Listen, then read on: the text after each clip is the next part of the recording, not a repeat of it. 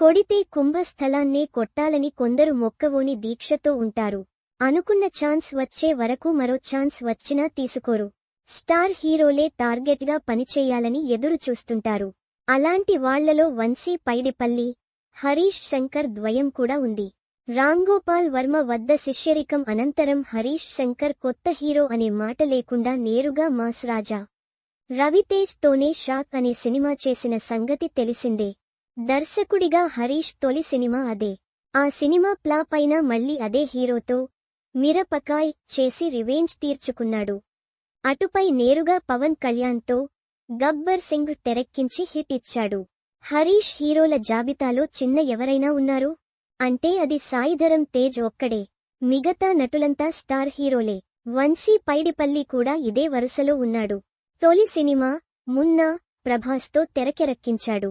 ఆ తర్వాత ఎన్టీఆర్, రామ్ చరణ్, కార్తీ, నాగార్జున, మహేష్, విజయ్ ఇలా స్టార్ హీరోలతోనే పని చేశాడు. ప్రస్తుతం ఈ నయా మేకర్స్ ఇద్దరు ఖాళీగానే ఉంటున్నారు. అలాగని టైర్ 2 హీరోలను మాత్రం టచ్ చేయలేదు. చేస్తే స్టార్ హీరోలతోనే అన్నట్లు కూర్చున్నారు. హరీష్ శంకర్ పవన్ కళ్యాణ్తో ఉస్తాద్ భగత్ సింగ్ తీస్తాడు. కానీ అందుకు సమయం పడుతుంది. మరి ఈలోపు ఏం చేయాలంటే ఉంటే ఖాళీగా ఉండాలి, లేదంటే ఇతర పరిశ్రమల వైపు వెళ్లాలి. ఇందులో వంశీ, హరీష్ ఇద్దరు రెండో ఆప్షన్ చూజ్ చేసుకున్నారు. అలాగని అక్కడ ఆ డైరెక్టర్లు ఇద్దరు తగ్గడం లేదు. కొడితే కుంభస్థలాన్నే కొట్టాలి అన్నట్లు బాలీవుడ్ స్టార్ హీరోల్ని లైన్లో పెడుతున్నారు. ఇప్పటికే హరీష్ శంకర్ సల్మాన్ ఖాన్కి స్టోరీ చెప్పినట్లు ప్రచారం జరుగుతోంది. దీన్ని మైత్రి మూవీ మేకర్స్ నిర్మిస్తుందని వార్తలొస్తున్నాయి.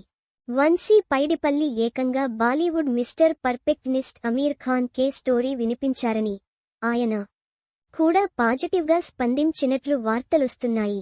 ఇద్దరికి ఈ 2 ప్రాజెక్టులు ఓకే అయితే గనుక సీన్ మామూలుగా ఉండదు.